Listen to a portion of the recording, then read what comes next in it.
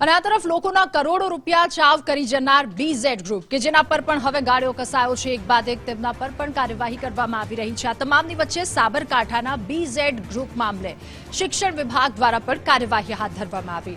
પ્રાથમિક શાળાના શિક્ષકોનું નામ સામે આવ્યું હતું, તેઓ એજન્ટ છે તેવું કહેવાયું અને તેને લઈને હવે કાર્યવાહી શરૂ કરવામાં આવી છે। તાલુકા શિક્ષણ અધિકારીઓને મીટિંગ કરી અને આ મામલે સૂચના અપાઈ। બીઝેડ ગ્રુપ સાથે જોડાયેલા શિક્ષકોની વિગતો મેળવવાનું શરૂ પણ કરાયું છે।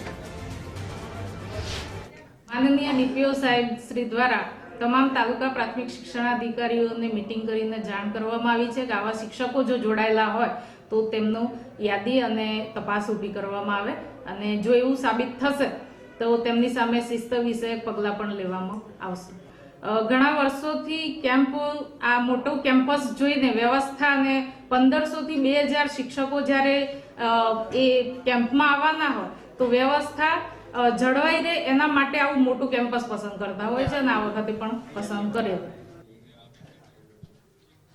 અને વધુ માહિતી મેળવીશું। ઉમંગ રાવલ આપણી સાથે આજ મુદ્દે વધુ માહિતી સાથે જોડાયા છે। ઉમંગ, હવે શિક્ષકો એજન્ટ હોવાની વાત સામે આવતા તેમના પર પણ તપાસ? ચોક્કસથી, એટલે બીઝેડ ગ્રુપનું ભાગેડુ ભૂપેન્દ્ર છે, એણે આખી જે પોન્જી સ્કીમ ચલાવી 6000 કરોડ રૂપિયાની માતબર રકમનો ઘોટાળો કરી અને જે નાસી છૂટ્યો છે એ ભૂપેન્દ્રની તપાસમાં જેમ જેમ એમના જે એજન્ટો પકડાતા ગયા એમાંથી એક મહત્વની કડી એ સીઆઈડીના ક્રાઇમના હાથે લાગી છે અને તપાસમાં જે સામે આવ્યું છે કે એક શિક્ષક જે હતો એજન્ટના ભાગરૂપે છે ભૂપેન્દ્ર સાથે કામ કરી રહ્યો હતો અને ભૂપેન્દ્ર એને એક મોંઘો દાટ છે ફોન આપ્યો હતો, એટલે કે શિક્ષકનું નામ આવતા ત્યાંના જે અધિકારી છે એમણે તમામ જે શાસન અધિકારીઓ છે તેમને એક સૂચના આપી દીધી છે કે સાબરકાંઠા જિલ્લાની અંદર કોઈ પણ શિક્ષકોનો આવો રોલ આમાં દેખાતો હોય અથવા તો ભૂપેન્દ્ર સાથે અથવા બીઝેડ કંપની સાથે તેઓ કોઈ પણ રીતે જોડાયેલા હોય તો તમામની વિગતો લઈ અને તેમને અધિકારીને આપે ને અધિકારીને મળ્યા પછી જો એમની વિગતો સાચી હશે તો બે તરફની વાત કરવામાં આવી છે કે જો શિક્ષકોના રૂપિયા ડૂબ્યા હશે, જેઓ તે ફસાયા હશે તો એ આધારે છે એ સીઆઈડીને દસ્તાવેજો સોંપવામાં આવશે અને સીઆઈડી અથવા તો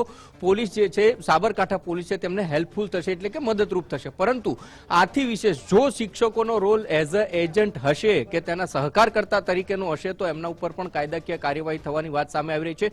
એટલે તમામ શિક્ષકોના જે મુખ્ય અધિકારીઓ જે છે જિલ્લાની અંદર એમને સૂચનાઓ આપવામાં આવી છે અને એ અધિકારીઓએ તમામ જે શિક્ષકો એમના તાબા હેઠળ જે આવતા હોય તમામ પાસેથી વિગતો મંગાવી છે। વિગતોની સાથે તેમની પાસે જે પણ બીજે ગ્રુપ જે છે ભૂપેન્દ્ર સામેના જે પણ પુરાવા અથવા તો એ કઈ રીતે કામ કરતા હતા, શું કામ કરતા હતા, એ વિગતવાર તપાસ છે એ તપાસ થઈ રહી છે અને આમાં શિક્ષકોનો જો રોલ હશે તો શિક્ષકો ઉપર પણ મોટી કાર્યવાહી થવાની વાત છે સામે આવી રહી છે। કારણ કે સીઆઈડી ક્રાઇમે જે 11 જેટલી કંપનીઓ 27 જેટલા જે એકાઉન્ટ હતા તે સીઝ કરવા કંપનીઓની અંદર તેને હેરાફેરી કરવામાં, પછી એઆર ગ્રુપ જે સામે આવ્યું છે એના પછીના અલગ અલગ એજન્ટો છે, એજન્ટોના નામ પણ સામે આવી રહ્યા છે અને મુખ્ય જે મયુર દરજી હતો એ મયુર દરજીની તપાસની અંદર જ આ બધા ખુલાસા થાય છે। એટલે આ એજન્ટ મયુર દરજી, એઆર ગ્રુપ અને સાથે શિક્ષકો જોડાય છે કે કેમ એ પણ એક તપાસનો વિષય બની રહે છે। રાધા, ઉમંગ, આભાર આપનો તમામ વિગતો સાથે જોડાવા બદલ। તો આ તમામ તપાસના વિષયો બની રહ્યા છે। હવે ફોટો વિડીયો સહિતની વિગતો આવશે તો પછી ચોક્કસથી તેમના પર પણ કાર્યવાહી કરવામાં આવશે। હવે શિક્ષકો કે જેઓ એજન્ટ છે તો તેને લઈને પણ હવે કાર્યવાહી